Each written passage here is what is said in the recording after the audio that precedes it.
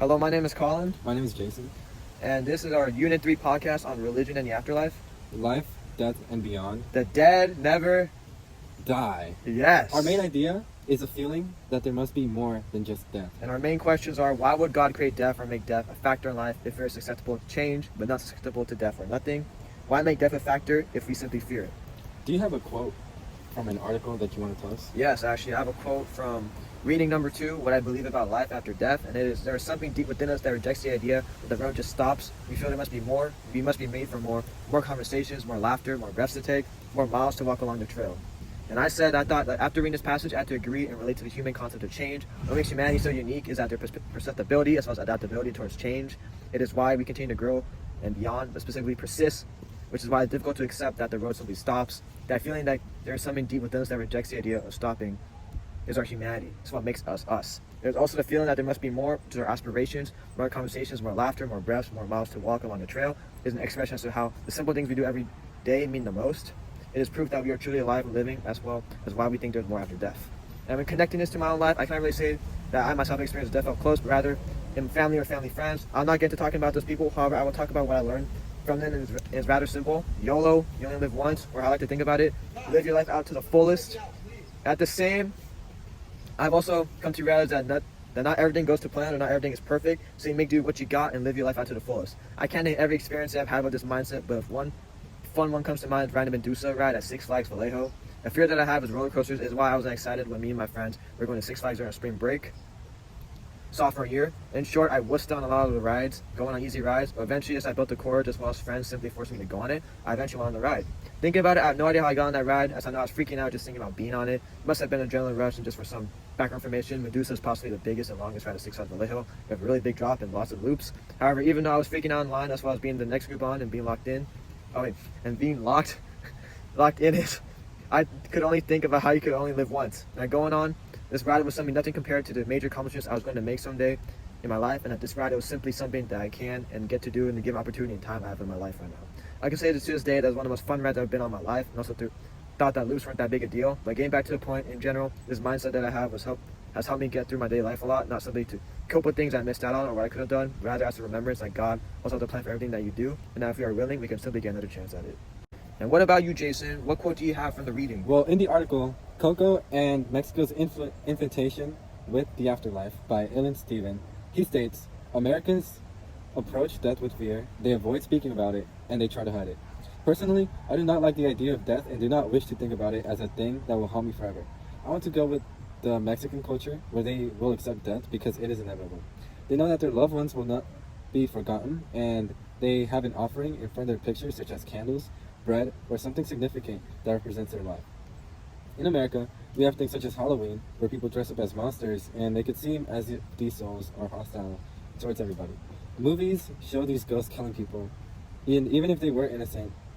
And in Mexico, there's things such as La Llorona, where this woman would kill kids that play near a river, but she is an actual bad person in general. She drowned her own kids, so it just makes sense that she would try to drown other kids due to the regret of her drowning her. This is similar to my culture. Even though I'm not Mexican, we still celebrate it because my family finds it really interesting, and we like the idea of celebrating the dead and remembering them. We were inspired by the movie Coco by Disney Pixar because it had a good story behind it when speaking about the remembrance of the dead. And if they weren't remembered, then they would slowly fade away from the afterlife into nothing. I do not believe that they are harmful ghosts like La Llorona because I think that they will already be in hell or do not have the power in our world. What's interesting is that there are different dimensions in this ideology, and it kind of makes sense because when you die and you go to another world where it is much happier. Although, what confuses me is that not everybody is equal in this world of the dead, and some people seem to be living better than others. There are people that are a part of the dogs and would be working hard jobs. This may be due to preference in their love for their job throughout their life, or maybe a way to redeem themselves to live in the world of the dead.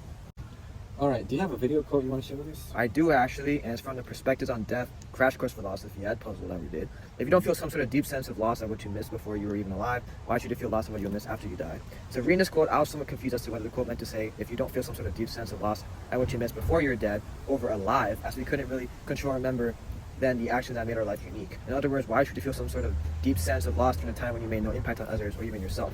At the same time, though, I do understand why the quote is trying to say, and as if you don't feel some sort of deep sense of loss, which can be interpreted as meaning in your life, that you just lost in the case of being before you were born. Why should you feel lost or the same type of feeling after you die? It's a really simple answer. As you haven't experienced what it's like to live. It is why it is important to either know or simply be that there is more beyond death for those who didn't get to experience it.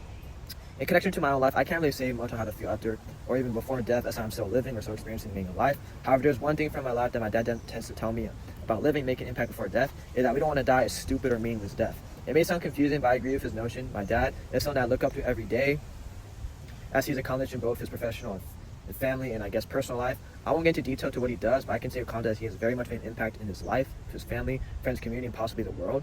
The importance of this is to signify why living is so meaningful over being really just important. We don't live simply because we are granted one life, and it's important that we realize it, but with that we find meaning in it. And even if we aren't able to make an impact with it, if we can still find meaning in it, which is why I want to go out doing something meaningful, going out trying something meaningful over something stupid. Now, I don't know if my dad's stories are true, but some examples he provided me that were stupid deaths were this one of a king that died in the bathroom, or specifically on the toilet, either killed by someone inside or behind the toilet, or hiding inside the bathroom. And like I said, I don't know if the story is true. It sounds really lame, but the concept is still the same. It might be the case that dying a stupid death from the enemy that should despise you, that he kills you in a bathroom, a private area, but the impact that person makes, whether it was good or bad in their life, was still, believe it or not, significant. So the same concept applies here. I just simply hope I have made enough of an impact for those words to be true. That would be pretty. Now to finish it off, what is our final quote from one of the videos, Jayson? In the video, Perspectives on Death, Crash Course Philosophy, there's a quote that says, Socrates recommended spending your life looking after your mind, cultivating that part of you that you'll get to keep forever, if there's an afterlife. So, your mind will still be in the afterlife, meaning that you will still be conscious and not be fully blank. Whatever you believe, you will be there depending on the life you live, like heaven or hell. Either living peacefully for eternity or tortured as humans say will happen if you do bad things. I know that we will all die someday, and we have a short amount of time because the average lifespan is 60 to 70 years, and I am 16 years old. And I am only 50 years away from this average life. And if you see it with months, I have 600 months left. The average person sleeps 3 out of 5 of their lives, which would be 360 months of their free will. This may seem like a lot, but time goes extremely fast. I still remember applying to high school and being extremely happy when getting accepted to all the schools that I love. Even remembering the difficult choice I had to make to be here. Now I am a junior in high school who has to focus on getting into a nice university, and I have to know what I have to do in the rest of my life. When I die, I believe that we will be conscious in some sort of place, whether it be at the kingdom of heaven, the good place, or the world of the dead, where everybody is in their skeleton form. I think the world of the dead may be creepy when you have just died, but maybe people get used to it, or maybe it's just a regular thing that one picks up.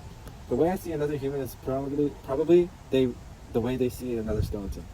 If there is an afterlife, we should make sure that we should take care of our minds, because that is one thing that we will take in the afterlife, according to Socrates. If we set our minds to be bad people, then we will be sent to a worse afterlife, or even just live in a world of darkness unconsciously. I don't think that this quote is trying to talk about intelligence, but rather the good use of conscience. Thank you for listening to our podcast, The Dead Never Die. We'll see you later. Bye-bye. Bye.